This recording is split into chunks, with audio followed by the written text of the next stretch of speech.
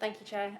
Liz Hunter, Director of Policing, Environment and Place at the West Yorkshire Combined Authority.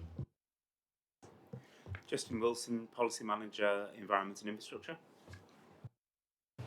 Thank you, Chair. Scott Patient, Deputy Leader, Calderdale Council and Portfolio Holder for Climate Action and Housing. John Clark, I'm a private sector representative and I work for Cummins. Rosanna Brett-Davis, Policy Manager and Transport Decarbonisation. Peter Glover, Research and Intelligence Team at the Combined Authority. I'm Kevin, I'm a Policy Officer in the Net Zero and Energy Team. Andrew Thompson, Net Zero Carbon Manager at Yorkshire Water. I'm representing Adam Ashburn today. Sarah Brooke, Programme Manager for Retrofit at the Combined Authority. Gideon Richards, Private Sector Member from Consulting with Purpose Limited. Hello, Jim Cardwell, Head of Energy Systems Policy at Northern Power Grid. Jenny Wilkinson, Engagement Lead for Northern Gas Networks and covering for Neil Worley, Head of Climate Sustainability.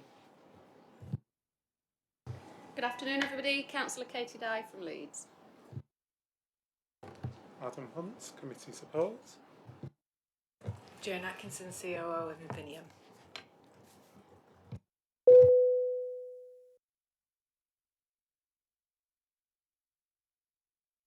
Oh, the other side. Oh, right. We'll press on with the agenda then, folks. You're all very welcome. Apologies for absence. Adam. Apologies for absence have been received from Councillor Ferraby, Councillor Cooper, Councillor Hemingway, Councillor Kent and Councillor Avalis, from the private representatives Richard Goodfellow, David Awumi and Leah Stewart, and from the advisory reps Adam Ashman, sent representations from Andrew Thompson, Martin Broadest, Greg Dodd, sent representative Jenny Wilkinson and Ian Holmes. Thank you, Adam. And of course it is half term and some of you may actually have young children at home and are be escaping from them, and some some may not, but thank you. I'll move on to item 2, which is declaration of disclosable,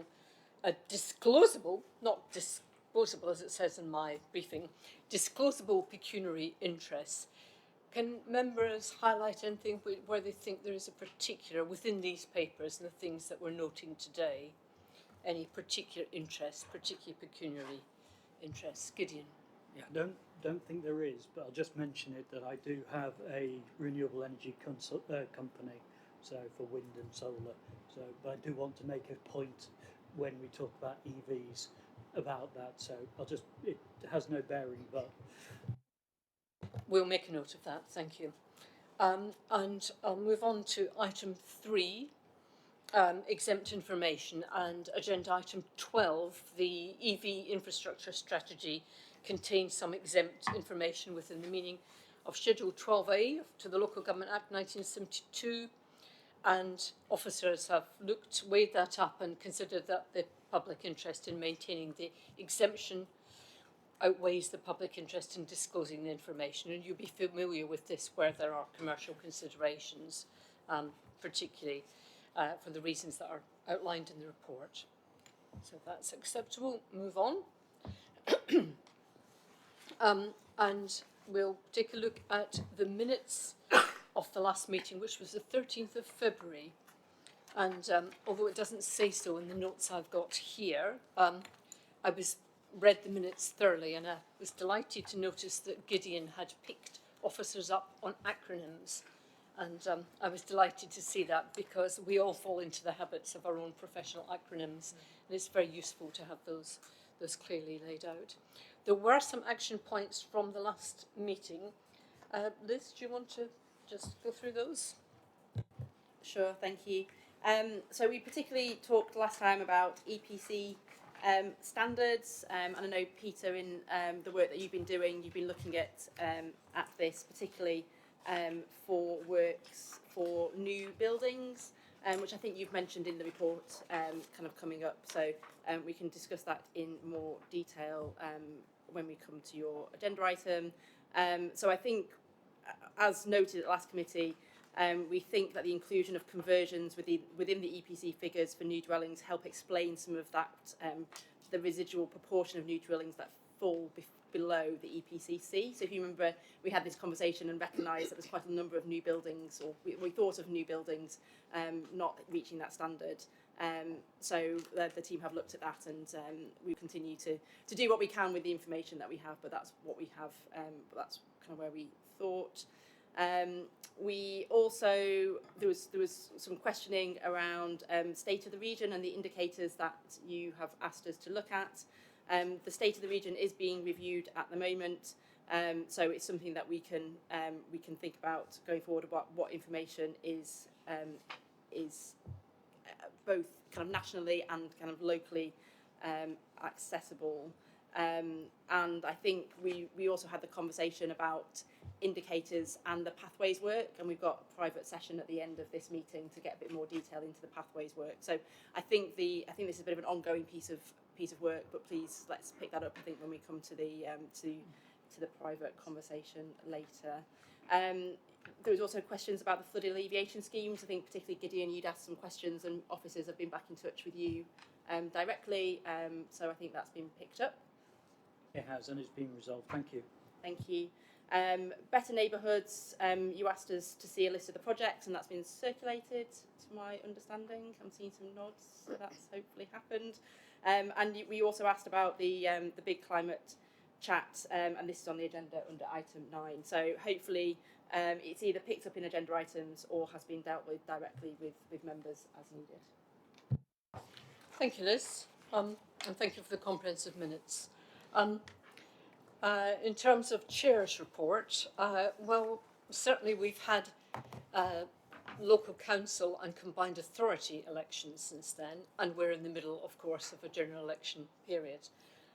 So I'd like to ask the elected members who are here just to hold back on the political statements for this meeting, perhaps. And really congratulate Tracy Braben on really a very handsome win in the election. And I think it's really important that we have a mayor who is committed to addressing the climate emergency, really. And this committee will be lobbying and pressing her from different directions in the future. I've got one or two other things just to mention as part of my chair's report.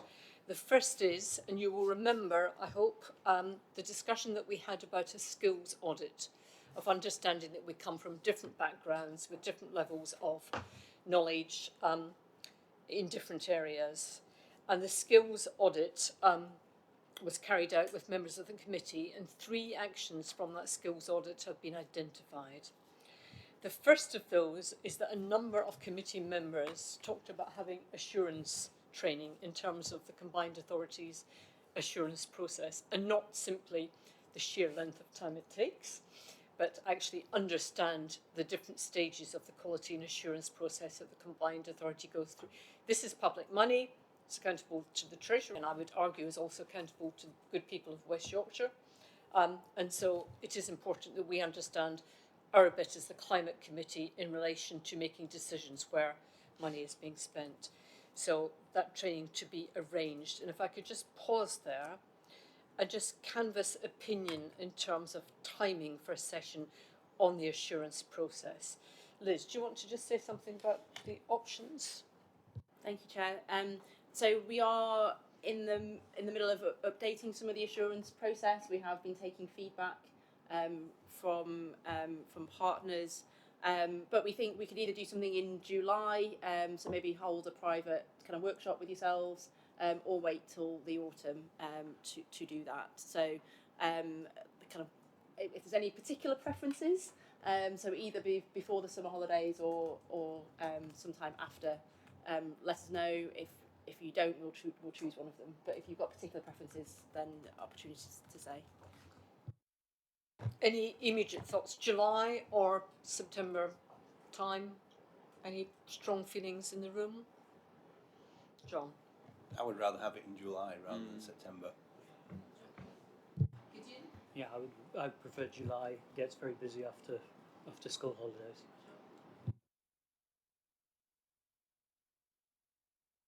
Not seeing MD saying absolutely not. So, right, officers, thank you. Go ahead. The second of the three actions that came out of the skills audit was about identifying options for carbon literacy training. Liz, do you want to say something about the offer that we've had? So many of you be aware there's something called the North East and Yorkshire Net Zero Hub. They are sponsored by government, and they have offered carbon literacy training. I think we did write round actually to members. It was a little while ago now about it. So they have offered some training. I'm seeing some looks which might suggest either we didn't or it didn't get to you. So we did, but so let us remake that offer. Also within the combined authority, we are now ourselves actually looking at carbon literacy training and thinking about developing something which can be endorsed externally, but we can be delivered internally. So there might be also an option to roll that out to members of this committee as well as internally within the combined authority as well. So why don't we take an action to redistribute the York and the North East and Yorkshire Net Zero Hub offer, which you can take up directly, or there's, like I said, there's an alternative in terms of us thinking through something internally, but that might take a little bit longer. Thank you, Liz. Members content then to take up that offer as a phase one, stage one, really, and we can develop and mature that the next phase. The third action from the skills audit was just a bit of an update about the Brownfield Housing Fund that had come up. I'm very hopeful that whatever political complexion the new government has, that they're going to put masses of money into this, but we shall see. Liz, just quickly update us in terms of the Brownfield Housing Fund.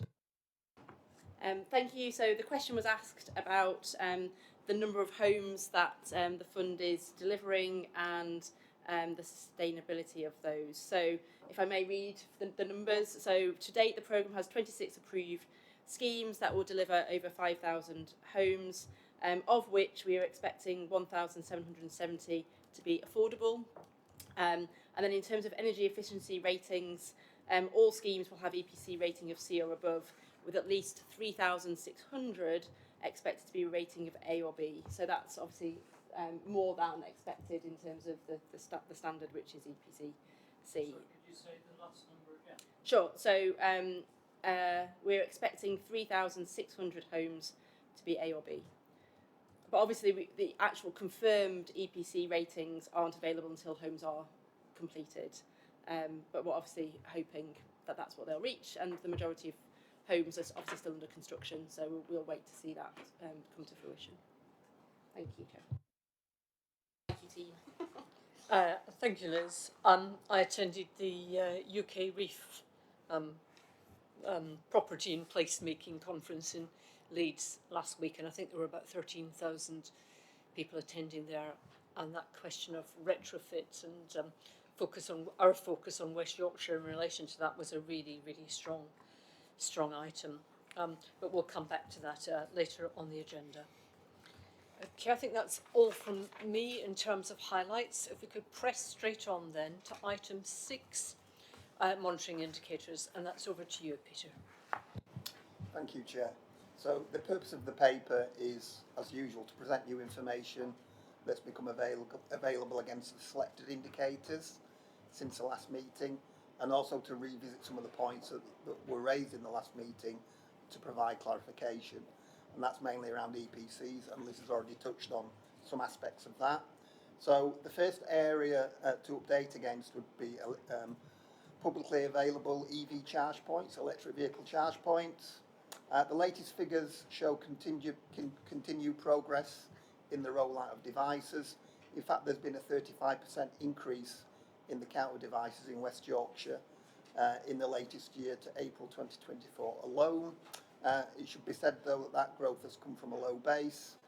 So we have around 1,100 devices in total in West Yorkshire, and the ratio per head of population is somewhat below the national average. Just a quick note on the source for that information, because it was a point of discussion last time. So the Department for Transport figures that we use are drawn from a service called ZapMap, which offers real-time data. It claims to provide 95% coverage of devices, and certainly it's the most comprehensive source available on the sort of locations of publicly available charge points. So the next area to go on to is around energy performance certificates. We've included some further analysis of energy efficiency performance based on our own in-depth analysis of the EPC data. One of the items we focused on is the scope for improvement in energy efficiency ratings.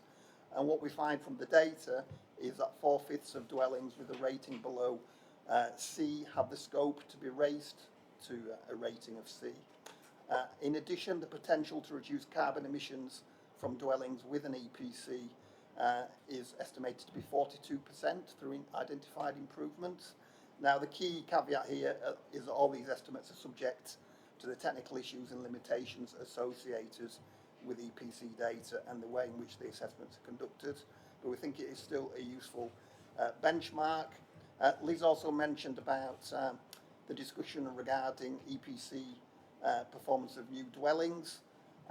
Just to confirm that the information that we looked at last time does relate to new dwellings rather than sort of recently lodged certificates.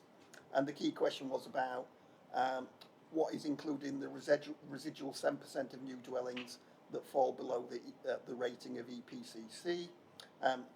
Liz already mentioned that building conversions are included as new dwellings, are categorised as new dwellings, and we think that has a big impact.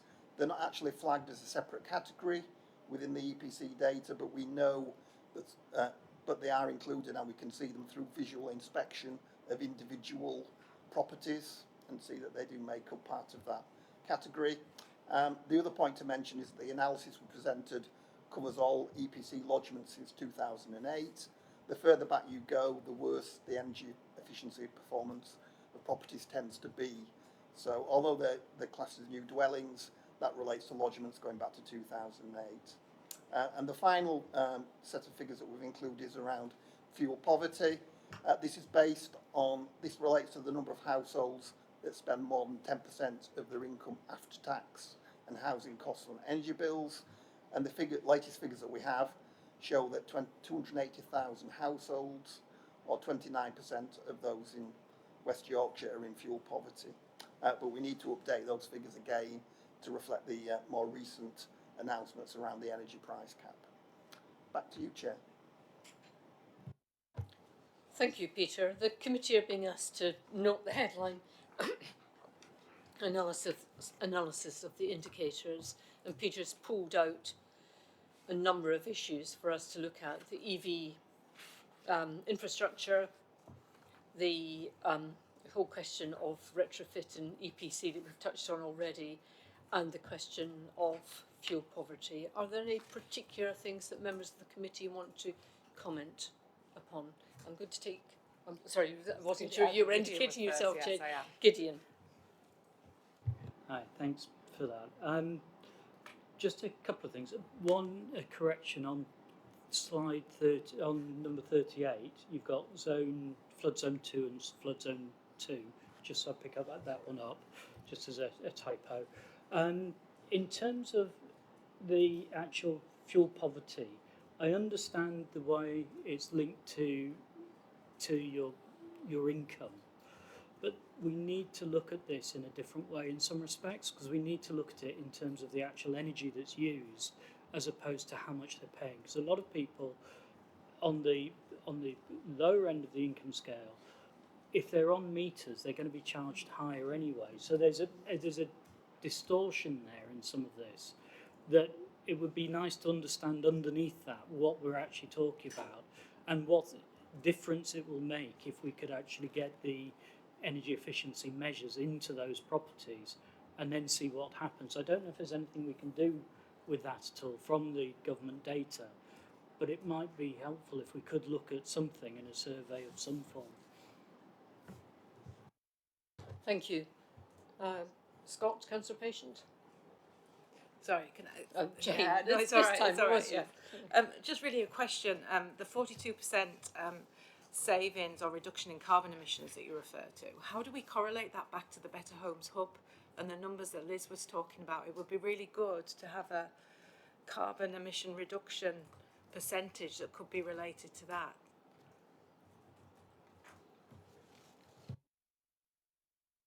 Well, I'll address that second question first. So I guess through the evaluation and the sort of monitoring exercise, we can look at the sort of improvement in terms of emissions that the retrofit activity has generated.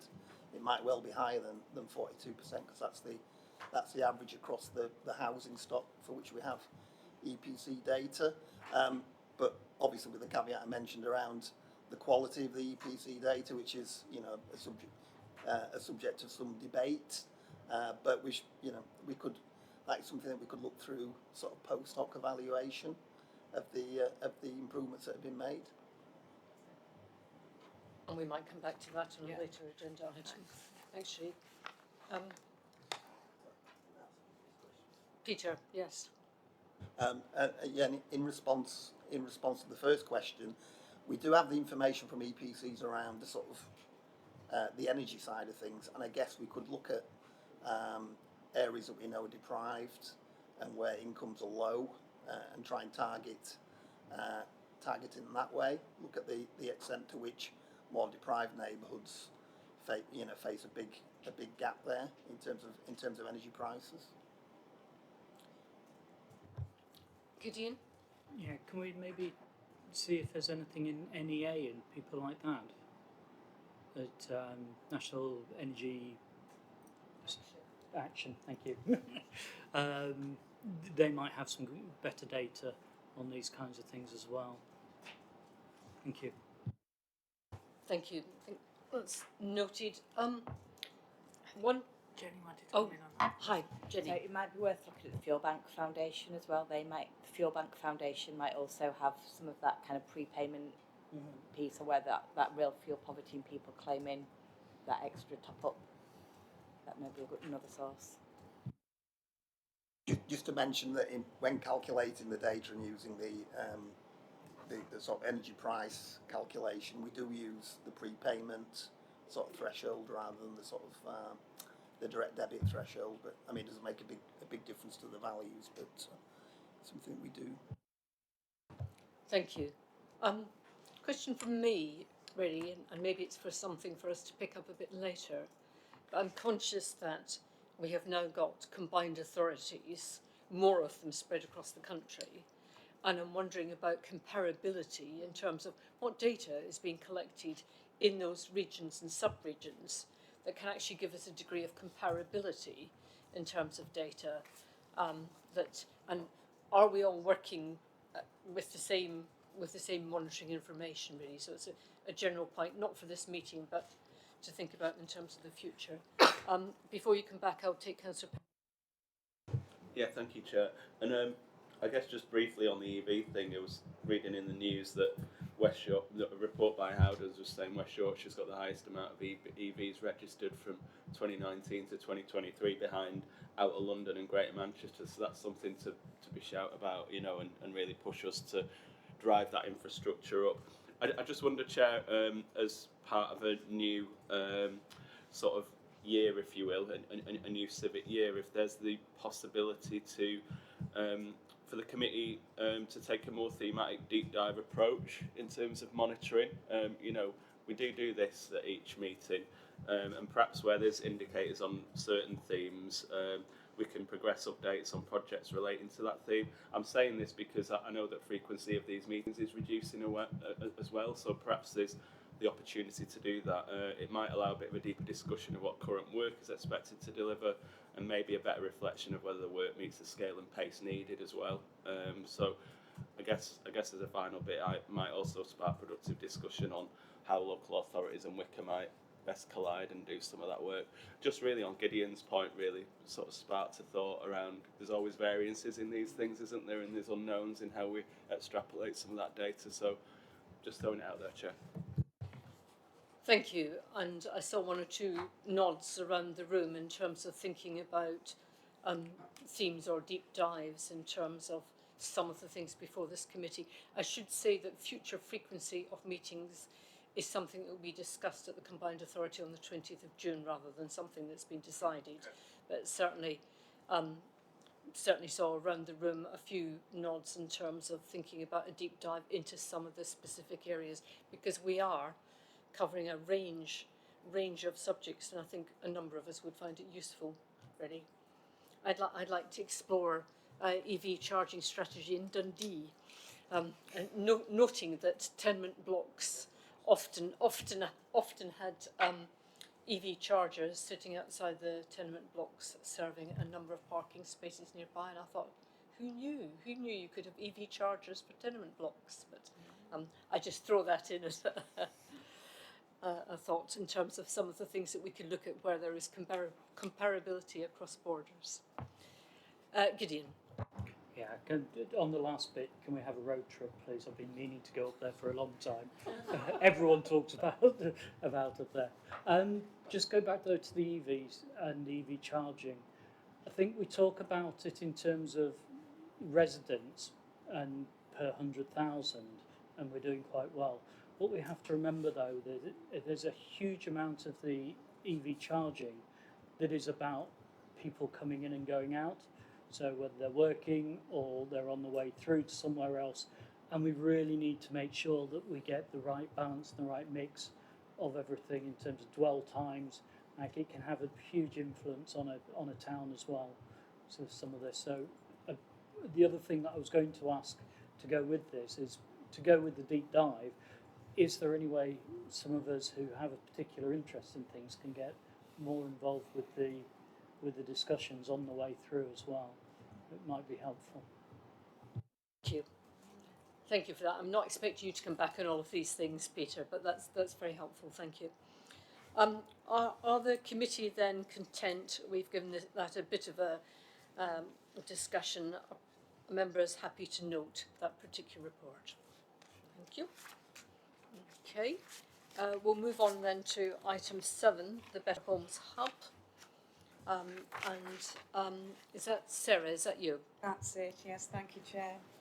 So I won't go through the full paper, but I'll just pick out the highlights just to give you an idea of the work that's been undertaken over the last few weeks. So this is just an update on the Better Homes Hub retrofit programme.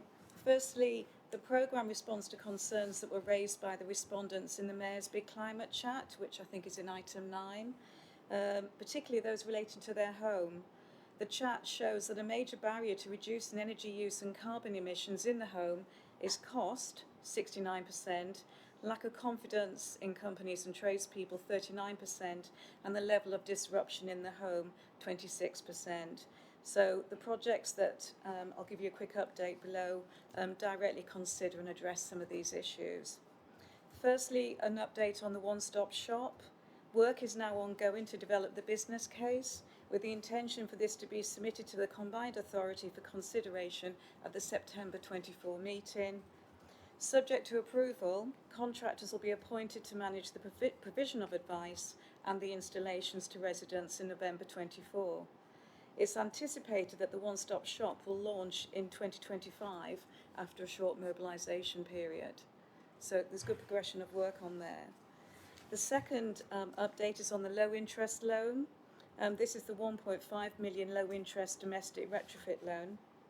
Lendology, an FCA regulated contractor, has been procured to administer the loan, and they'll do that on behalf of the Combined Authority, and the loan will be launched in June 24, and a marketing agency has been procured to develop the marketing campaign.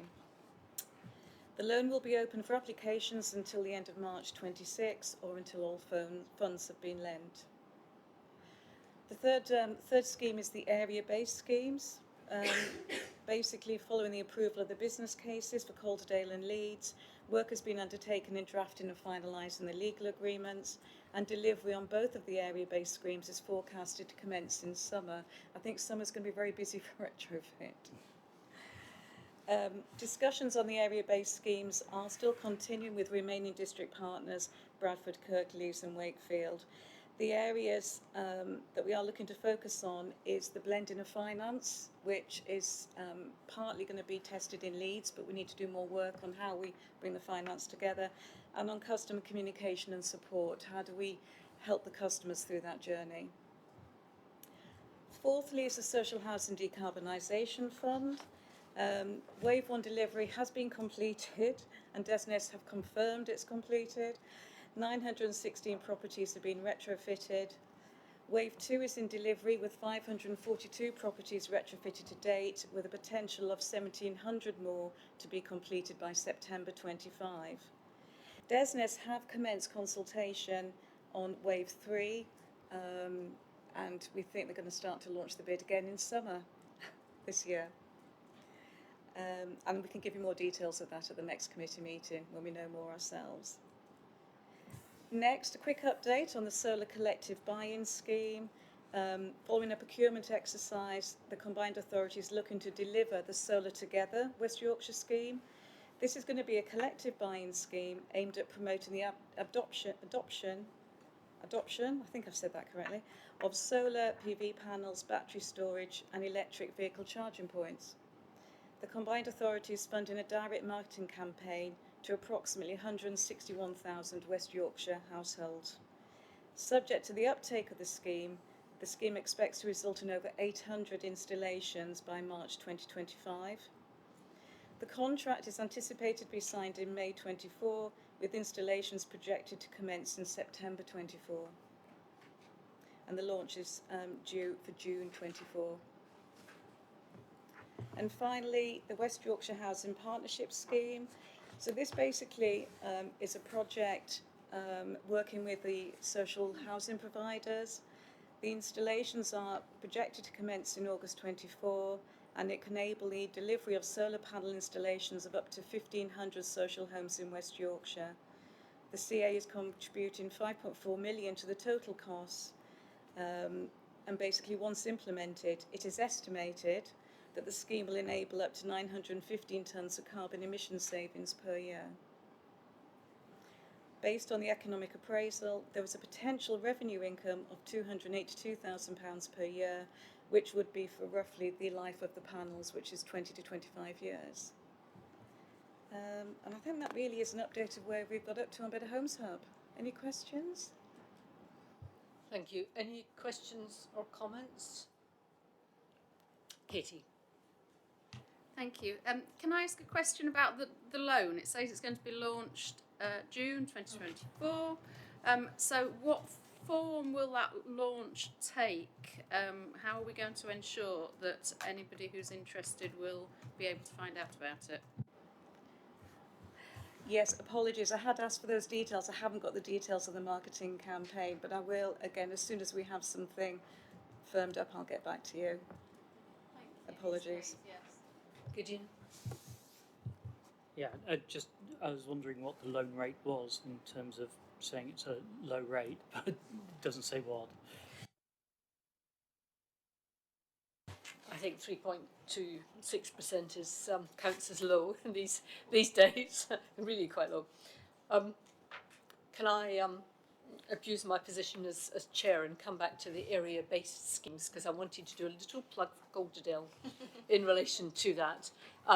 You'll remember at a previous committee, Golderdale committing as an early adopter of our Fabric First scheme, and I just wanted to say a little bit about that, because of course the old cold stone buildings, the pre-1919 buildings that we have so many of in West Yorkshire, and really they're solid, they can't be fitted with cavity wall insulation. And residents really, these are often quite small houses, they don't want the disruption of the internal insulation, and indeed moving your kitchens and bathrooms, fittings and things like that. So it's a real challenge, but it's a challenge we have to actually meet and address in West Yorkshire. And the demonstrator scheme that's going to happen in Calderdale, I can't say precisely where at this moment, is basically looking at external wall insulation. These are terraces that we're talking about, looking at external wall insulation for the home's secondary rear elevations and the big gable walls. Of course, a lot of heat is lost through them, and of course often they're in conservation areas, heritage areas, so the look of these things is really quite important. And we did rather hope that they might be able to be done through permitted rights, where you don't need to go for planning permission, but it is looking like we are actually going to have to go for planning permission. And without giving anything away, in terms of Calderdale, we're very far on with it. And we've looked at, obviously, environmental data, we've looked at deprivation data to identify a suitable street. The preferred target street is a row of 30 pre-19 stone-built homes, all in private ownership, of course, in a particular area. And this street's divided into 5 blocks with 6 homes in each block terrace. And the blocks are separated by short, narrow alleyways, which some of you who are Yorkshire folk or have lived here a long time like me are ginnels or snickets, depending on your precise, or jetties sometimes, that runs the length of the terrace. Now, it's going to need 100% sign up from the owners in order to have that continuous wraparound to get the benefit in those terraces. But it comes back to a point that was made when Gideon was fishing for a site visit to Dundee. Outrageous. That actually we'd be very keen actually for this committee to come to Calderdale and have a site visit once the demonstrator project is up and running. So there are Calderdale, I mean, come on. So thank you for indulging me. Yeah, just to say that I would be really keen to take part in that, because it's something that I have a whole stack of probably very ignorant but also technical questions about, you know, how you deal with that kind of building. So yes, please sign me up. Yes, I will arrange that. Once we have all the residents signed up, they might be a bit suspicious if we all start walking down the street before that, but certainly we'll organise something. Okay. Thank you. And of course, there are lots of things to look at in Leeds, so site visits to Leeds in due course in terms of a number of schemes actually would be very good. Okay, shall we move on then? We're asked in terms of that report to just simply to note for the committee to note that report, so if members are content to do that. We'll move on to item 8, local transport plan update. And we did ask as a committee to make sure that we're running not always in parallel, but sometimes converging in terms of keeping on top of the importance of transport to this climate committee. So I think that's Rosanna. Yes, thank you, Chair. So this paper is to update on the progress with the local transport plan. So a bit of a background to that is that the local transport plan is a statutory document setting out the vision, objectives and investment for transport for the future. So we're following a statutory process to get it in place. We're looking at adoption sometime in 2025. The plan that's in development is built on a range of other strategies and policy work, including the West Yorkshire Plan, the Mass Transit Vision, Bus Service Improvement Plan, Rail Strategy, and the Climate and Environment Plan. We are looking at a 2-stage consultation and engagement programme, with the first of these 2 stages coming up this summer. This will be on the vision, objectives and principles of the new local transport plan, with a full statutory consultation later in 2025.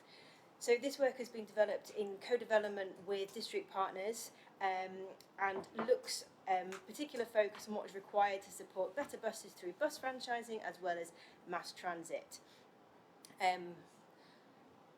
So yes, this is the first stage of 2 stages. We are looking at holding, it's planned for the summer to run alongside a mass transit consultation. Obviously with the recently announced election, there'll be a slight delay to this, but we're hoping it's a very minimal delay and that we're working up a new programme at this very moment. And this programme will include district ward councillor briefings and events as well, so there'll be plenty of opportunity to engage in what we're developing and what's coming forward.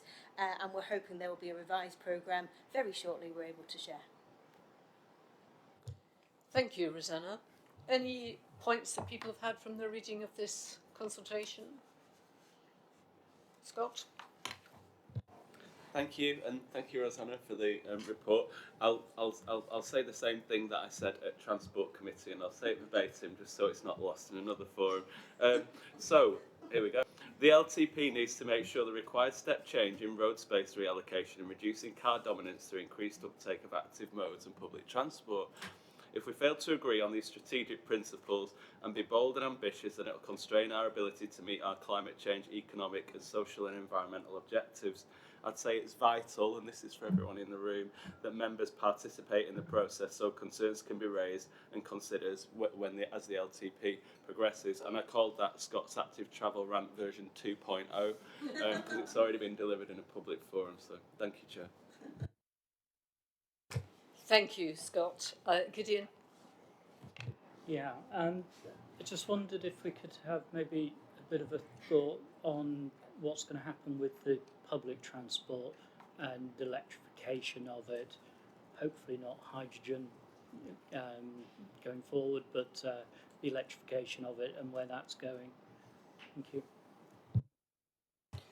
That's a good point. It would be of particular interest, I think, in terms of this committee, in terms of just a bit of a focus on that, perhaps at the next meeting.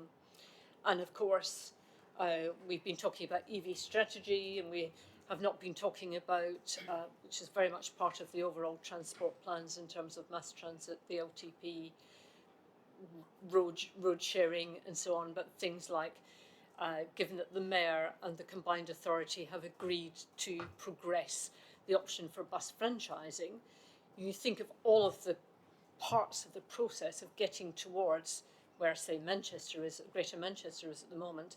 You think about EV strategy for depots, electrification of the bus fleet, all of the things in relation to those things. This committee has to really have a hand across all of those aspects, actually. So, yes, thank you for that. That's very useful.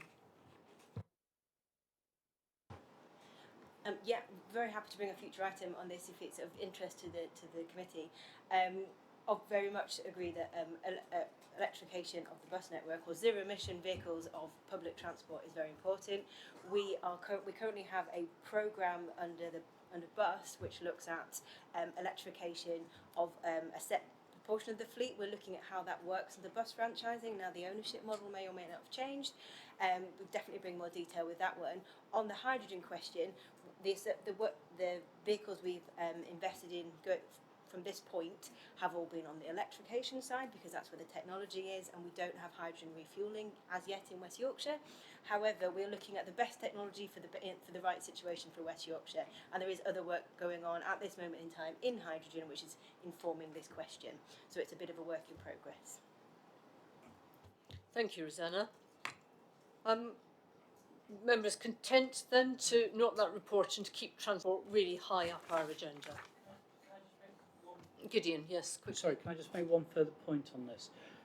I'm concerned that, I think certainly in smaller areas like Kirklees, and I'm not speaking for the council at all, but we end up by getting the older buses moved out to us if we're not careful. How do we make sure that there's an equity in terms of that we all get a share of this, and actually, sort of it doesn't come into Leeds where there's a big hub, or Bradford or somewhere else where there's these big hubs, and we actually get to see the benefits of it.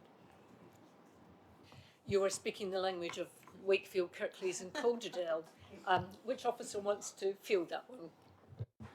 Yeah, that would be me.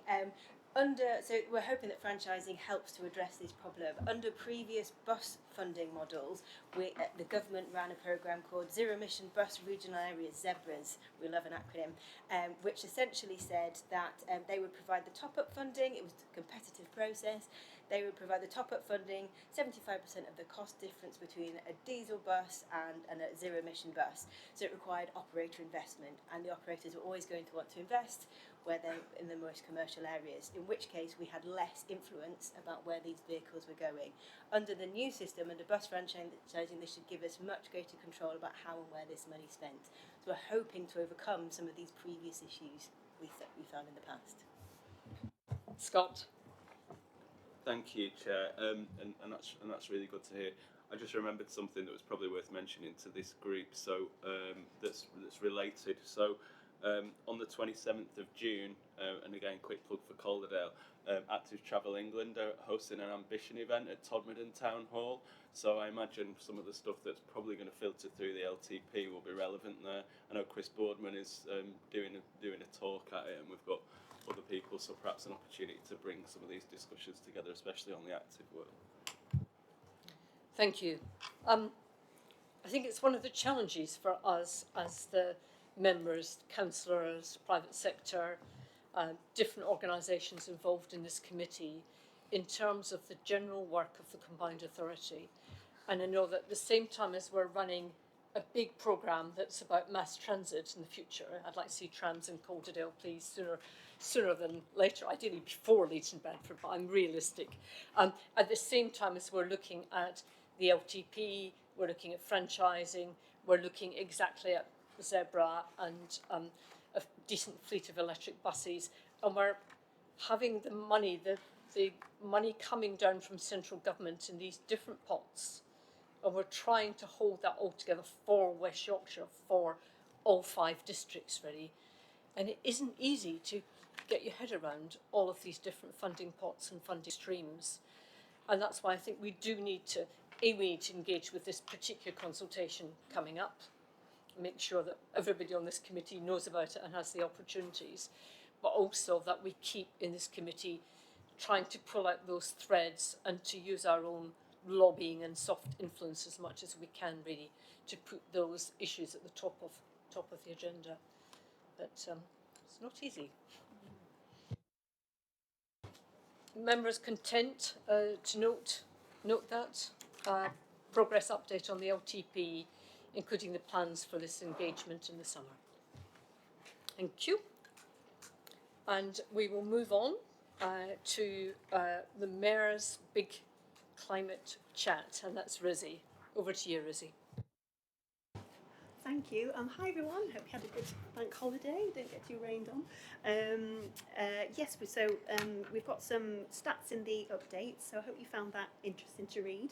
I thought what's particularly interesting was the fact that out of the 1,483 responses, we had 75% who were worried or very worried about the climate environment emergency, and 80% of people said they were prepared to do their bit. So I thought that was quite encouraging.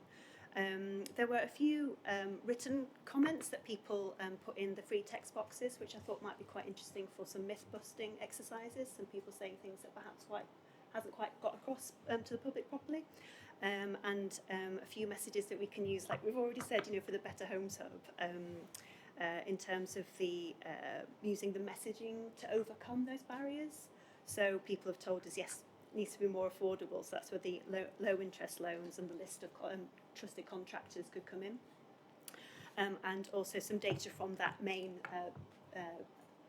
big climate chat survey has also gone to the local nature recovery strategy team to help. There's a section on climate resilience in there. And also the separate survey for young people as well. We had an 11-week engagement period for that survey. Almost 400 surveys completed, and from there you can see 66% of the people, the young people that responded, felt that tackling the climate and environment emergency is important or very important. 37% thought they'd like to learn more. 66% weren't sure what a green job was, which is quite interesting. I don't necessarily know what one is either, so that's quite normal.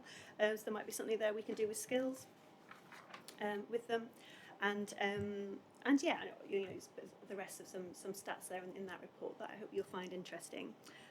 So our next stages will be to look at the climate and environment plan. I know we had some really good focus groups with some people found some really good ideas. Yes, thank you, Scott. Some really good ideas brought forward. So whether we can go back to those same people perhaps, and to really use people's expertise to write the next version of the plan. And for this next behavioural change campaign as well, because it's important not just to keep going and see how we can reach people. And yeah, through this we thought that maybe was a survey a bit too long, about 15 minutes to answer it. So that is asking for quite a bit of people's time. Is there a better way of reaching people? The focus groups I thought went quite well, so whether we do more things face to face. And for the young people as well, we actually went into one of the colleges and spoke to some of the young people face to face, and again that was quite a nice way of engaging with people. So again, I'm hoping this will actually help us with the next stage. You know, what have we learned from this round? So maybe, you know, not just a survey, or if we do a shorter survey, just to try and get more people involved and more people's opinions, because this affects everybody. You don't have to be interested in climate change to want to answer and be involved. And all of these things is not just about the climate. It helps with air quality and quality of life, and, you know, hits so many different things. So yeah, what we can do going forwards. But I mean, if members here do have any ideas of something that, you know, you might think, oh, this might work, we're very interested to hear if there's anything that we can, you know, consider in our next steps as well. Be very happy to hear people's ideas. Thank you. Thank you. Any comments on the survey or suggestions for further ways of engagement? John? Just a plug, really. The 2nd to the 4th of July is STEM Fest in Bradford in the Life Centre, where there'll be about 3,500 school children coming through. So in terms of engagement with kids, I just think it'd be a fantastic opportunity to do that. Gideon first and then Jane. Yeah, a couple of things. I've been doing some work internationally recently on environmental social governance, and one of the things that was brought up for us was that some organisations are now using competitions and gaming to actually bring out these, and particularly in China actually they've been using it very effectively, and it's just like how you create these competitions internally and externally, and how you create these games. So maybe we can have a chat about that afterwards. And the other thing I wanted to say was, you know, there's a lot of things coming out recently about where we sit with the 1.5, 2 or worse, which is likely to be worse and a lot worse. You know, and I think we need to start getting the message across to people without frightening the hell out of everyone, that actually this is real and it's got some significant impacts for people, and we need to start thinking about this really seriously, how we get that messaging across without actually, as I said, either switching people off and they give up, or that we give them get everyone into doomism or whatever. But I think it's really important this. If we're talking about, as Stephen Chu, the ex-Secretary of Energy in the US said, we're talking about 3 and 4 degrees. That is, you know, hugely significant. We're talking about 200 million people for migration because of it and things like that. So there are massive things that we're going to need to tackle going forwards, and we need to start thinking about how we're going to get those messages across to drive some of what we need to do. Yeah, I mean, there's some amazing data in here, and it's really good and useful. But my key question that I asked myself was, so what? How are we going to use this data? How is it going to shape sort of the policy, etc.? And then the other thing for me is, you know, especially the young people, I didn't realise how indecisive some of our young people are. They seem to have picked a lot of the middle of the road. Rather than go and just continue getting more data, are we better giving them a variety of solutions and saying, how would this address this? Actually get some data that will, you know, then we can show people when we're delivering these initiatives, you know, you asked for this and this is what we gave, rather than just keep going and asking more questions about what's worrying you, etc. Because otherwise we're just collecting more and more data and we're not being seen to be doing anything with it. Thank you. Yes. So sorry. So now we have the data. Yes, you're right. Maybe let's not think about another data collecting exercise. But I know there was a group with the mayor, some young people, and they came up with some solutions. You know, it was like, if you think of a policy, if you could think of behavioural change, and of course you get some incredible ideas. And so maybe that is more of the way forwards with this for young people. Yeah. But Rosie, how do we feed that back into the committee? Because if we're talking about the transport plans, we're talking about everything else. How do we collect that data that the youngsters have given you in that survey and embed it in? Because if we do have some room in the climate environment plan, that could be something actual, you know, that we can use for it to actually feed it into that. You do refer within the report to behavioural change in terms of specifically education in relation to young people, which picks up some of the points that Gideon was making. So I think this committee are saying we'd like to actually see some of that, please. Scott, did you want to come in? Yeah, thank you, and thanks, Rosanne.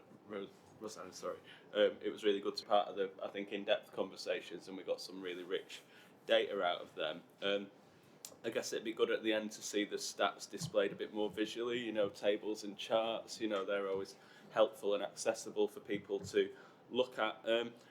I do wonder though, like I think some of the data shows that local authority-led consultations can be perhaps a bit more significant, just in drawing in the people that they know and knowing their patch a little bit better. That's probably got some important implications for future consultations if engagement is with the combined authorities goal, making sure that works properly. I just want to think about EDI as well. Just slightly unsure as to how WIC has approached equality and diversity regarding the engagement, and if it's done that. Just really about how to manage that, and that's probably a key question to make sure diverse voices are heard. We know it's always difficult. When we were doing our climate action plan engagement, we had to literally go to schools to pull out of it because we know young people have got a voice, but they ain't so hot on filling forms in, and I don't blame them. Nor was I at that age. A few bits there. Just some nitpicky bits about the stats and Calderdale versus Wakefield versus Wicker and what response looks like. I'd say that if you add Calderdale's in-person and workshop attendance, that ups the stats as to what we got. That's less important actually than the rest of the stuff I mentioned though. Thank you.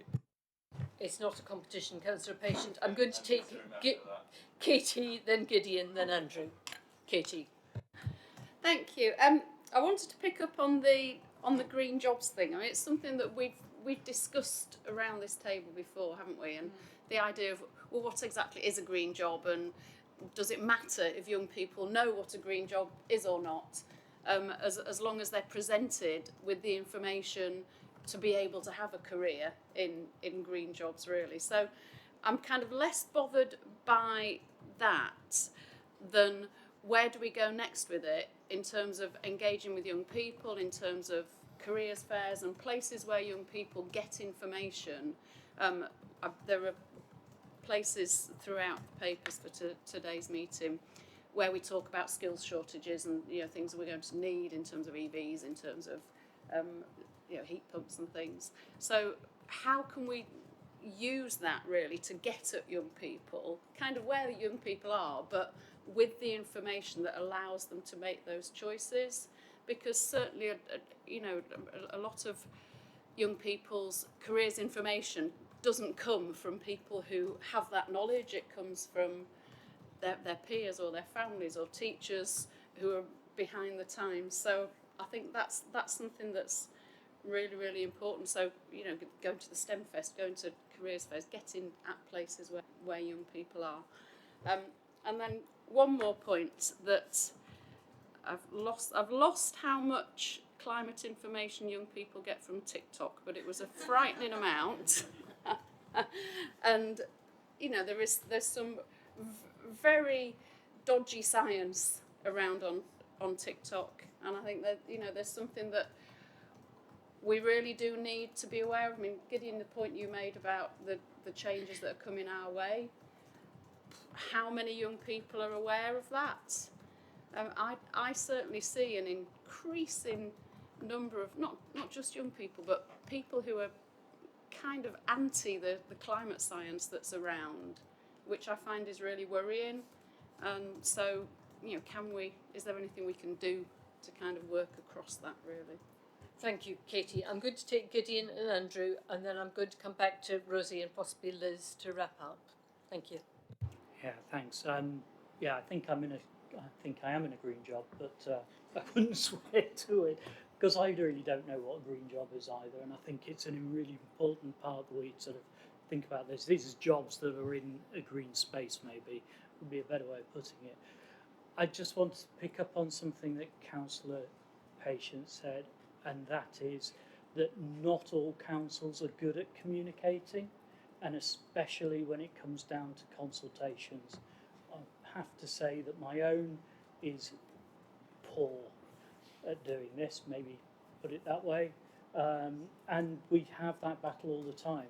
I know so many people when they did the EV consultation, no one knew about it. They were going to do an event, no one knew about it. So if we're going to do these things, we need to make sure that everyone knows where to get the information. Thank you, Chair. Also coming back to the green jobs question. So I sit on the Yorkshire and Humber steering group of IEMA, which is the Institute of Environmental Management and Assessment, and there's been a lot of work done within the Institute and other bodies over the last year, looking at green jobs, looking at the value, looking at the average salaries, etc. And there's a tremendous amount of dichotomy, this huge diversity in what a green job is. So I think reaching out to some of the institutes, IEMA, FRI, ICRS, and others, IWEM, SciWEM, they will tell you there's a plethora of green jobs out there. I think the interesting thing I find from the survey response is it's pretty much indicative of the way I feel with conversations with people around climate change. People have a broad understanding of the issue, but their depth is very superficial. When it comes down to that sort of response to the question on green jobs is an indicator, really, to me, of how deep people's knowledge goes. So if you take that as a sort of an area where you need to drill in, do more education, and start to share more, then I think it's really important. I think coming back to Councillor Patient's point on EDI, I think encouraging EDI, STEM, getting STEM education into schools really, really critically important. There are a lot of jobs which are going to go by the wayside, and I work in a particular sector which is very challenged, as you will all know, at the moment, and encouraging people into green jobs, and we probably have, I would say, 50% of the jobs that we have in our sector are green jobs. We have biodiversity specialists, we have people that are river health specialists, etc., etc. Tremendous amounts of opportunities, but they need to be promoted and encouraged, and that is a long and rewarding, ultimately, road to travel. So I'll park it at that. Thank you, Chair. Thank you. Rizzy, do what you can to respond at this moment. Yeah, no, thank you, everybody. Yeah, really good points. And yeah, I'm especially going to take away the EDI question as well, because I think that's a good point. And thank you for all of that. And yes, something to take away with. And yes, some graphs are coming soon.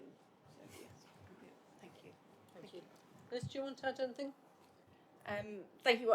As Rosie said, the team worked hard to put the results in for this paper, so they are the kind of hot off the press ones. They will be finessed, I'm sure, in the final report. And Rosie, let's send round the link to when the report's published to the committee ahead of the next meeting, so that you can see it presented. I think on skills, it's a really useful conversation to have. We haven't got a skills update in today's agenda. But maybe we need to come back to that at the next meeting, because as we have discussed it before, I think there's a lot we can do to help people understand the skill sets that are required to go in, and whatever green job looks like is quite broad, actually, and there's a real opportunity to kind of to infuse kind of young people and others making career choices, because as well as we talk a lot about young people, but I think it's also about people throughout their career and being ready to retrain, etc. So let's come back to skills, if we may, Chair, at a future meeting, because we are investing funding into it, as you know, so let's get an update for where that's going.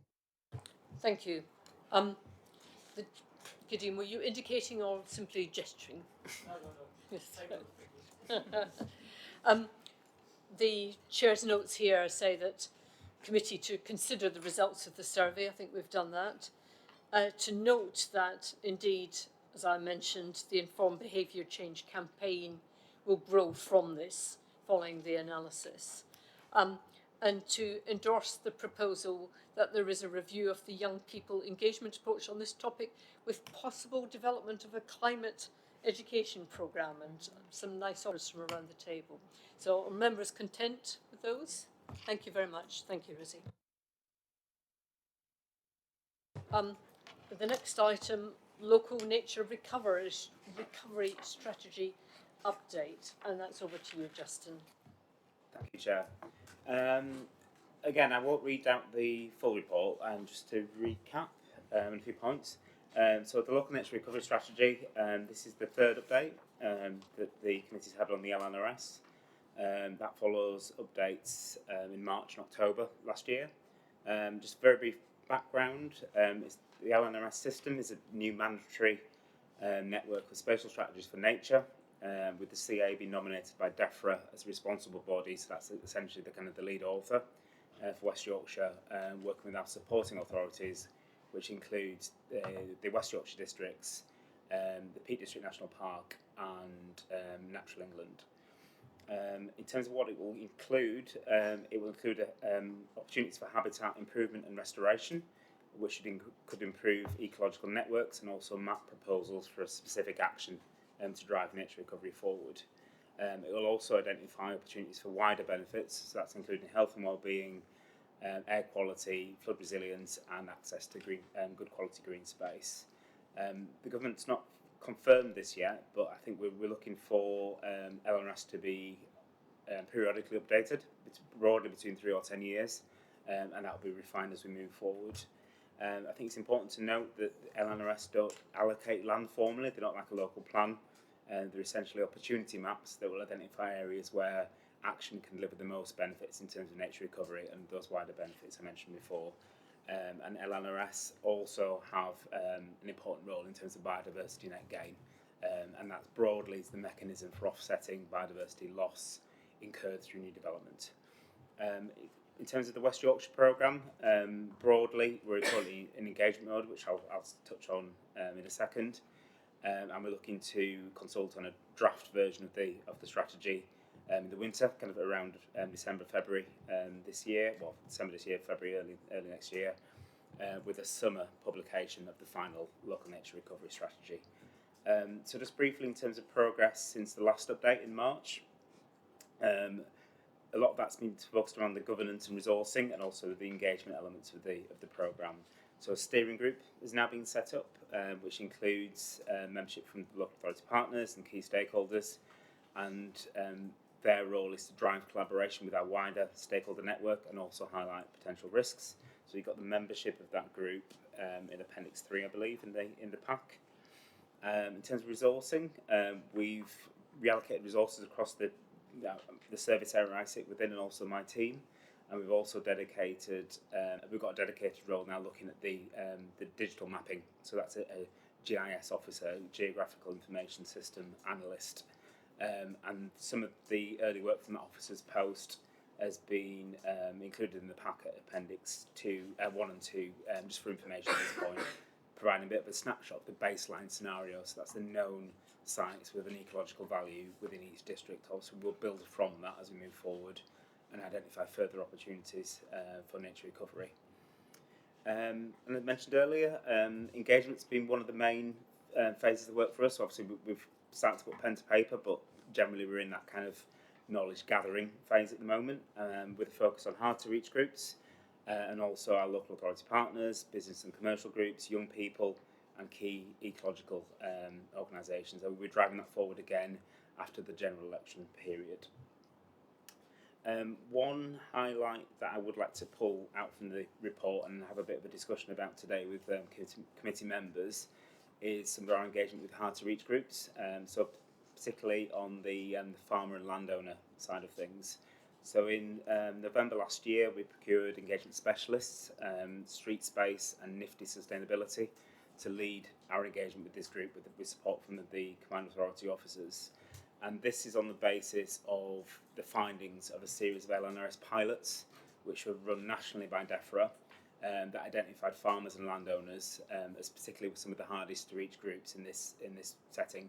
There's a lot of kind of backstory and rationale for that, but the seasonality of their work, the rurality of them, and also I think over time there's a bit of mistrust in terms of some of the programmes and projects that have been put forward in those areas and maybe haven't had the desired outcome in some cases.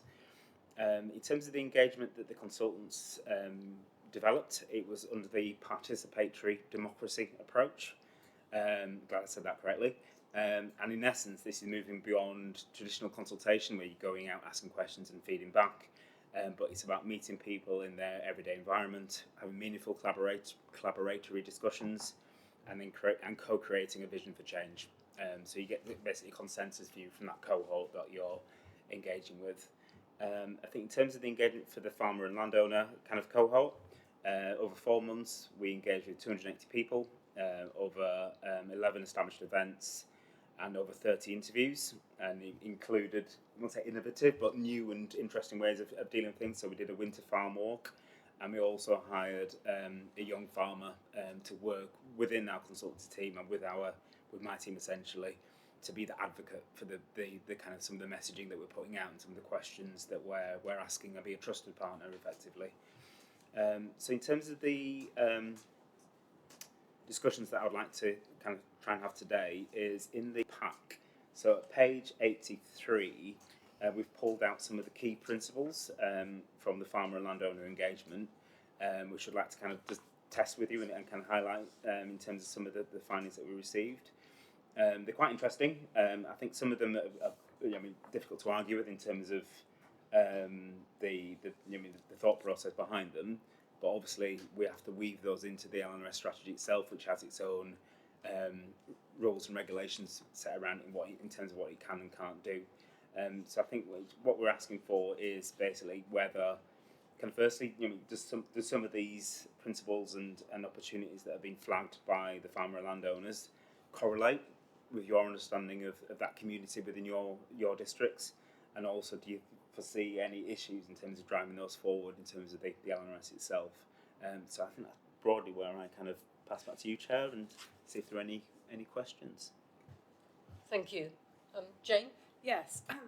And the 6 principles, really, for me, 1 to 4 are practically the same, and it's about continual engagement with that hard to reach audience, and celebrating success.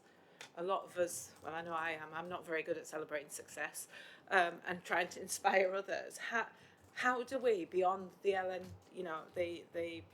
the plan that you're producing, which is 3 to 5 years updating, how do we keep the energy and the continual engagement up with this? Because it'll fail if we don't. No, thank you for that. That's a really good question and comment. So I think, as I touched on earlier, the way we did this with farmers and landowners, we were quite sensitive, because we've had that in the past where various tools from different tiers of government have been and gone, happened, and left a bit of collateral in some cases. So we're keen to start them on this journey and then take them with us. So obviously the LRS is part of that, but what we're also trying to do now is think about the wraparound kind of service from a nature recovery point of view that we need to engineer around this. So some of this will touch on the latter item in terms of the climate environment plan. So obviously some of it's outside of the LNRS itself, but then we need to think about how we deliver that in action as well. So we've got like an action plan, delivery plan, whatever we want to call it, alongside that. And I think that's where we get those networks established, and we've got some really good contacts now in that community, and we take them along with us. And equally, through this initial phase of engagement, we're trying to program in phases where we do just that feeding back, like you said this, and this is how it's affected the LNRS. And in some cases where it might go, it might be a local authority issue, it might be something that we maybe engage with central government on to kind of push for maybe a wider change. But it's that kind of communication, just keeping that going all the way through. I think that's the main thing that we see, and equally just showing delivery at the end of it, not just doing a strategy and then leaving it for other people to deliver. Can I just ask about some of the things that we as the 5 district authorities are already doing, and you'll know about this already, just in terms of the engagement that we've had around flooding and landowners and farmers, in terms of much of the land which in West Yorkshire, which is at risk of flooding, is not in public sector ownership, but actually is in private sector ownership.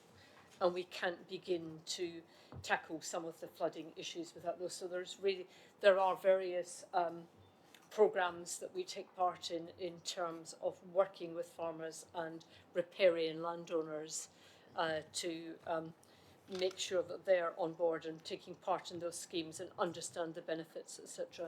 The second strand or arm I thought was worth mentioning, which is the stand by for some more abbreviations, UK SPF fund, which was in the news this week because it was talking about shifting that from what it's funding at the moment into the new idea about national service. So I won't go into that.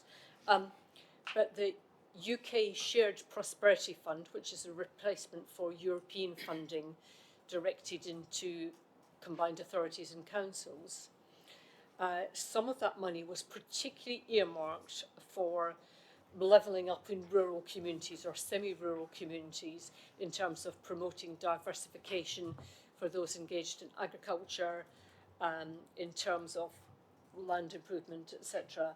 And there's a little subcommittee which helps advise on that, which has got a number of very good local, NFU, various rural commission, etc. organisations. Really, it seems to me we could join that up a bit in terms of what we're doing locally as the 5 districts on the flooding agenda, but also what we're doing with rural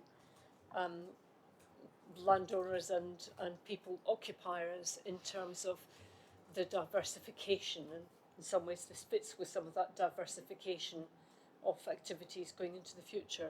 So that was slightly rambling, but I think those two points, those 2 streams, we could actually bring into this agenda. And I have to learn to say, and you said it so beautifully and fluently, LNRS, yet another abbreviation to get to grips with.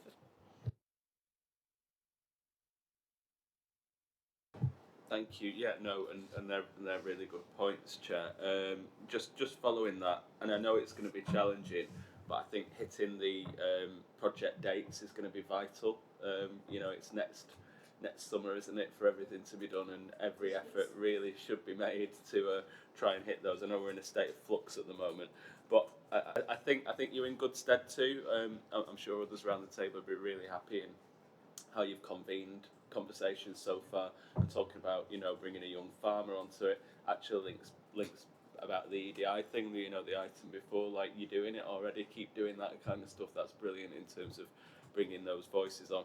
And we love an opportunity map, don't we, in Calderdale, Councillor Scullion. So it'd be really good for us to have some of those that we've done on, natural flood management, on sustainable urban drainage, to allow them to have a bit of teeth. So thank you. Katie. Thank you. I just wanted to comment on the principles, seeing as you'd asked for some feedback on that. And I'm happy with all of them, a little bit hesitant about 6, although I can see the sense in it. But particularly 2, the work from the bottom up and be flexible. I think, especially considering the comments you've made about issues of historical distrust and so on, I think that one's particularly important. Thank you. You noting those comments, Justin. Are members content to note the work and also give further thought to the question of farmer and landowner engagement, further ideas? John, quick one. I guess it's just, thinking about landowners and farmers, and, one of the ones that seem to be missing is the economic benefit to them, right? Is there an economic benefit from one of the principles that would help that engagement? Because that will generally drive quite a bit of engagement from them. Yes, so I think in terms of, obviously, we're not allocating land directly through this. It's like I say, it's an opportunity map, not to repeat myself, but I think it will funnel investment into these areas potentially. So, that's not the carrot and stick, but the opportunity for that community is engage with us, give us a clear view on what your priorities and opportunities are, and if we can then map them alongside some of the other opportunities, that could funnel. I mentioned biodiversity net grain expenditure before, and that could have a co-benefit in terms of delivering nature recovery, but also improving flood resilience on areas of farming land that floods, kind of climate resilience agenda as well in terms of tree cover, urban cooling for livestock potentially. So there are loads of other opportunities that we can hook in there and actually deliver a net benefit to those areas, rather than it be seen as something that's been thrust upon them as another ask or another piece. And my reason for the comment was more about trying to emphasise the positives rather than the stick approach, but is to be able to just articulate how they might get benefit out of it economically. Thank you. Yes, and we'll touch on this again when we talk about biodiversity net gain. I'm very conscious that many of some of the landowners are not farmers, but are organisations like Yorkshire Water, who own much of the upland rural area in Calderdale, and we have very good relationships in terms of talking about mutual interests and mutual areas of concern. So, members content to note that particular report? Thank you. I'll press on then to item 11, Climate and Environment Plan Update. And Kevin, I think that's you. Thank you, Chair. Yep. So just to say that the purpose of the report is to provide an overview of selected activity delivering against the Climate and Environment Plan, sort of not covered elsewhere in the agenda. And just some key points to flag within that. So 48% of actions within the Climate and Environment Plan are complete or remain on track to be achieved by the end of 2024, with a further 45% of actions in progress, with significant progress expected to be achieved by December. And that's an increase of 7% based on the previous progress reported at the last meeting of the committee. Some additional points. The solar on schools and community building work stream is no longer being taken forward, as the market failure which the work stream was seeking to address is no longer apparent. So, i.e., the market is able now to deliver the project without the need for CA funding, and other delivery models have been identified. And another point to flag is around our private sector partnerships. So 4 private sector organisations, Centrica, Daikin, SSE and Sustainable Building Services have been appointed to the first West Yorkshire Strategic Climate and Environment Partnership. So basically that partnership has been established to enable close working relationships with the private sector and to facilitate an increase in the delivery of schemes in order to tackle the climate emergency.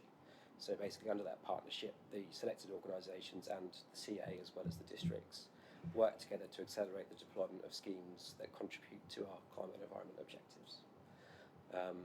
So those are just the key points that I've been asked to highlight. So back to you, Chair.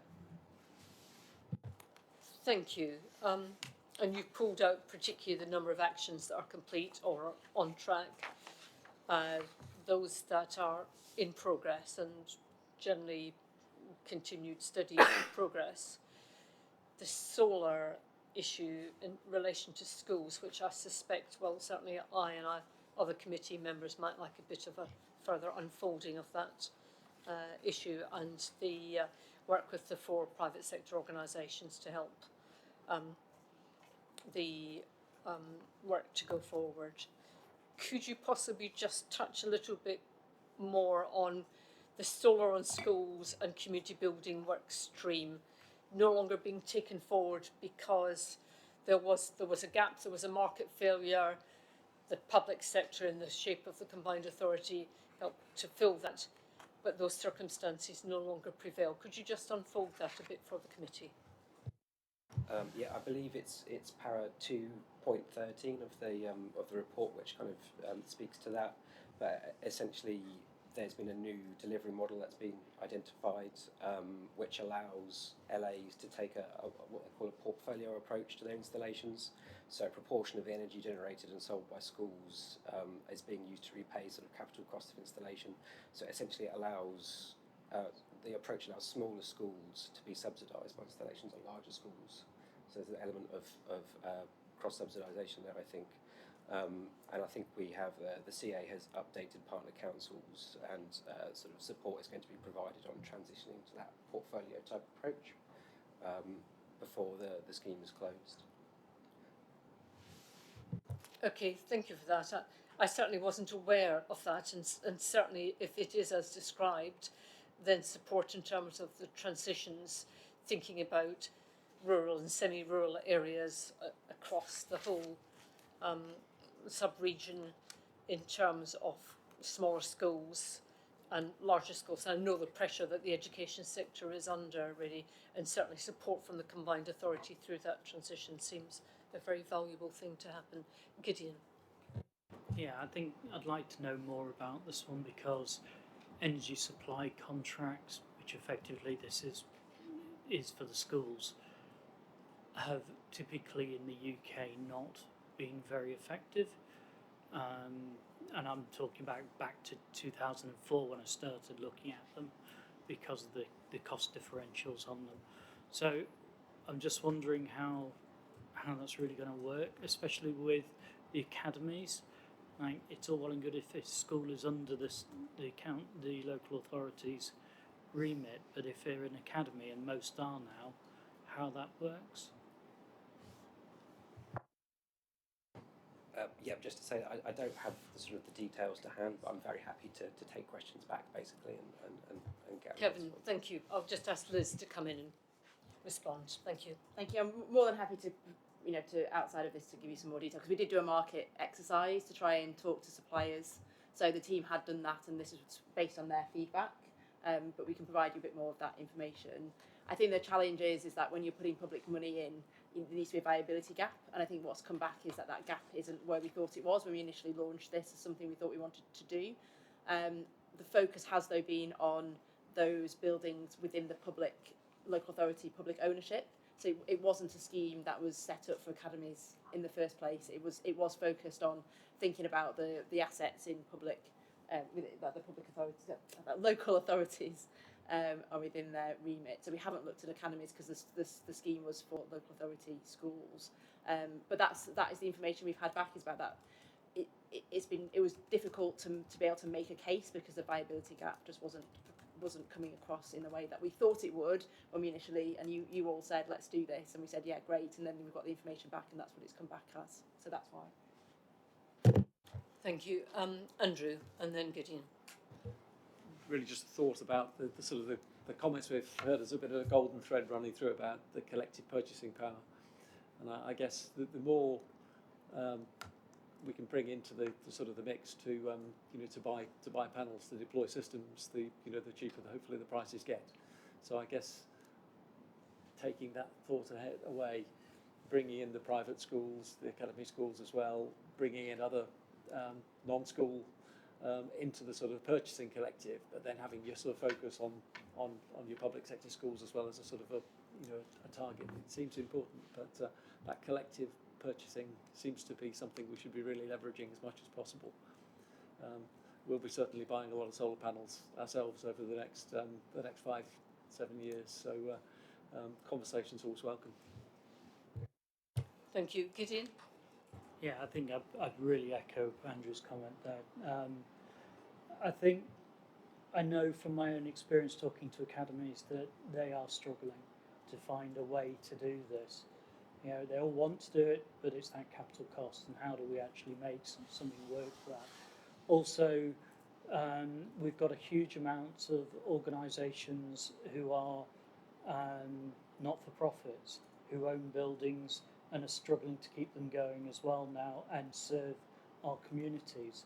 In Kirklees we have a community energy programme that's being looked at, and we've got huge amounts of organisations, 400 odd, saying we've got these buildings, we just don't know how to keep them going because they're usually old and leaky and all the rest of it. So how do we, how could that be supported with it as well? Because they are benefiting the whole of the communities. So I think if we could look at a bigger, broader picture on this, it would be helpful.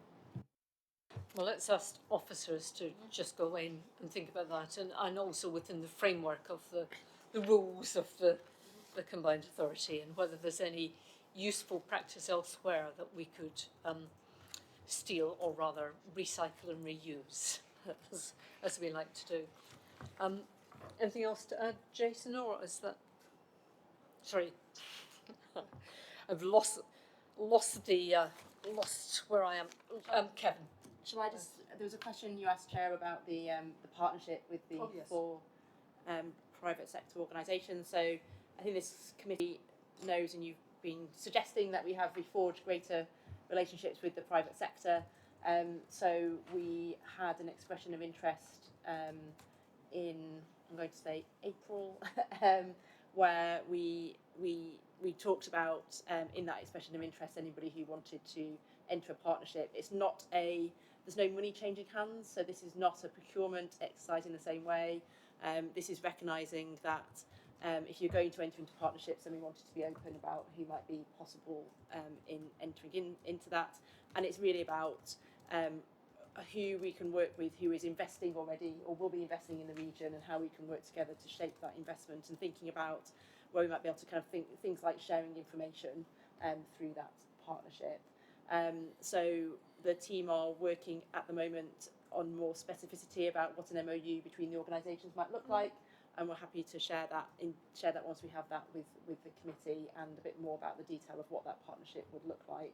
But this is the first step towards doing more, and there are partnerships in place at other combined authorities. You mentioned, Chair, are we looking? You mentioned earlier about looking at other combined authorities.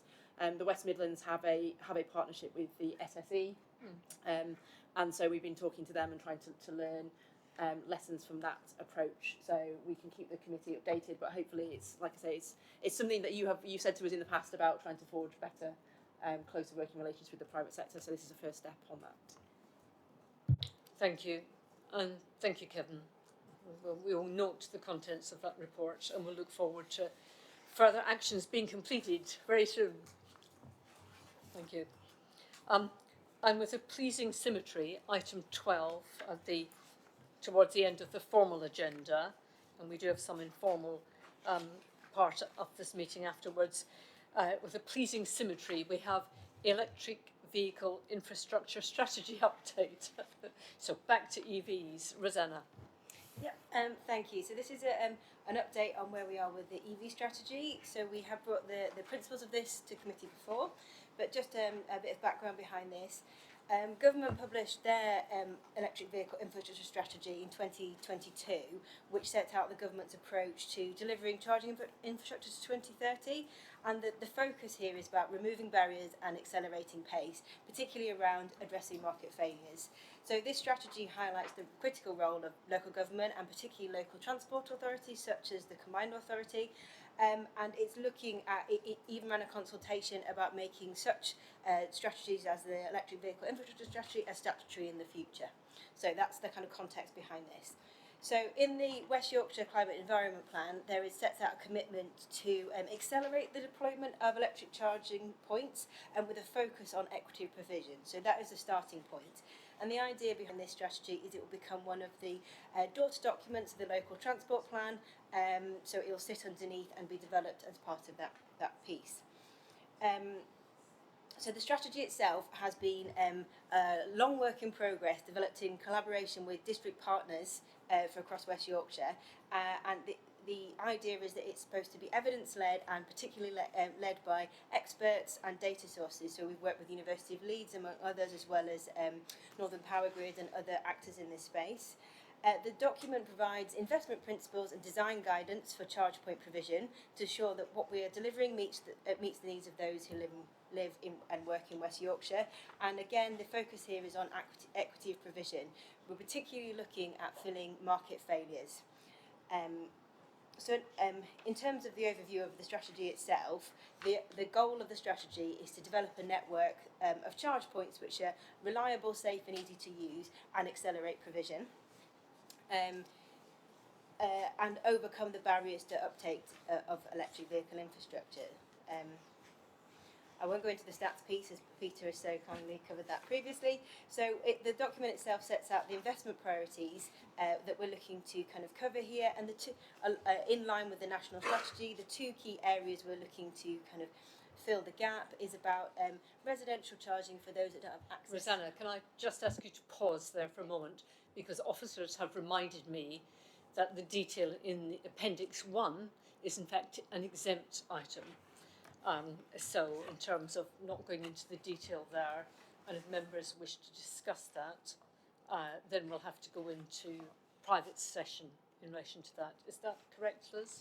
Sure. So, Rosanna, feel free to give an overview without talking about the annex. If people have then questions about the annex, we can then turn off the live stream, as you say, and we can cover that. So just in case you're about to, we hadn't given the nod to say it was off in terms of the live stream. So just before you said anything from the strategy, just wanted to mention that. No, that's absolutely fine. I'm only covering what's in the paper, not what's in the appendix. That's fine. So the strategy sets out investment principles, which can be found in the paper. And so the plan with it, so the strategy itself is the exempt appendix, as we've just covered. So the idea is we're looking to run a consultation on this strategy between July and September, which is luckily just after the general election, so shouldn't be impacted too heavily. The idea is to consult on the strategy itself as well as the local electric vehicle infrastructure programme. And the idea is to consult on these together so you can see the journey between the kind of strategy and principle approach and how we're going to deliver this in practice. We'll consult on the broad aims of the strategy as well as the views of what the local electric vehicle infrastructure programme is trying to deliver. I have covered this in the past, but just an update on what that programme is. That this is some government funding that was given to West Yorkshire to provide electric charging infrastructure to support those who don't have access to off-street parking in West Yorkshire. So that's what that's for. So I'll stop there without going into the exempt appendix, but happy to take questions. Thank you, Rosanna. Sorry to interrupt you in full flow there. My fault entirely. Clearly, as Rosanna says, there's an 8-week public consultation, stakeholder consultation exercise in July, now after the election, on the draft strategy, and members are, of course, invited to engage with that. Any particular questions on the covering report, first of all?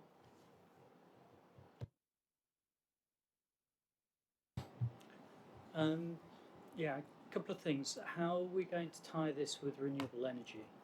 So that was one of the things I wanted to mention, because there seems to be a mismatch with, we can put loads and loads of infrastructure in, but if we don't think about the renewable energy side of it and the load on the grid, then there's a mismatch there and we're losing an opportunity, I think. And I didn't see anything within it that sort of covers that off. And my other question is, why is this so private? Because I read through the whole thing and there's nothing that's new there really in terms of what's been said, unless I've missed something. But it doesn't feel like there's anything there that would really make me think this should be a confidential document. Just a thought for you. Thank you, Gideon. I'm going to come back to Liz before I bring Jim in. It's a good question. I think we were thinking it's still to have your kind of comments through it. I think, and kind of Rosanna might correct me if I'm wrong on this, but certainly it could have an influence. We were thinking there's certain degrees of kind of where it can have influence, and just wanted to kind of line it up so it's not in the public domain in draft, but we kind of go with a version which has kind of comments in because of what it's saying about where we're trying to kind of focus our investment. But it's a good challenge, and kind of happy to have another look at that for future. Certainly food for thought, and it is always difficult, to be honest, particularly where there may be commercial contracts to be negotiated or memorandums of understanding. You don't necessarily always want, if you're procuring something, to put everything you're thinking about into the public domain. But it is difficult. It's like freedom of information requests and so on. What is in the public interest to know and so on. But I think officers will take that away and give it further thought in terms of what we have that's exempt. I'm going to ask Jim to come in now. Yeah, thank you. I was going to start with a comment, so maybe I could start to answer one of Gideon's questions before Rosanna gets a go at it, if that's okay. But my comment was that I think it's a good piece of work, and it asks all the right questions. And as you recognise, Rosanna, we've already been dealing with yourselves and contributing to that. So long may that continue, because that's a really important part of that sort of consultation with ourselves, if you like, as we look at the grid and things. And coming to Gideon's point, I think one of the areas, Gideon, where it might be able to help is where, and I think this is recognised both in this work and work we've seen from others doing similar work, is particularly in rural areas of the grid, which might need more strengthening. It might be actually the most cost-effective way to strengthen the grid might be to twin the new electrical demand on the system, the electrical load, with say a storage or a generation solution to help with that. And I know this is so I'm sort of answering. Rosanna might have said the same thing, but just from a grid perspective, that's how we see it. And I guess the more we have the upfront conversations with the combined authority and the different districts, I think we can talk about those kind of things and share experiences from other people as well in looking at these kind of solutions. So, thank you. Thank you, and you will be taking part in the 8-week public consultation exercise. Thank you. Seeing anybody else? Rosanna, anything to come back on? No, I think Jim mostly covered it. So And of course, as well as the infrastructure, we need to think about generation of electricity in West Yorkshire, but that's maybe for another agenda. Members happy then to note the forthcoming consultation exercise in relation to this, and thank you, Rosanna. That leaves me then for simply the date of the next meeting, which is on Tuesday the 30th of July 2024, when we will be past the next election and into the new Parliament. The new Parliament will be sitting. But that's dependent on the approval of the calendar of meetings that's coming up at the Combined Authorities annual meeting on the 20th of June, very shortly. So thank you all for your engagement and participation. It's really nice to be back after 5 months away. You've been very kind. And I think we've now got a follow-on private session. Liz, if you want to say something about that, if the live stream is being switched off. Thank you.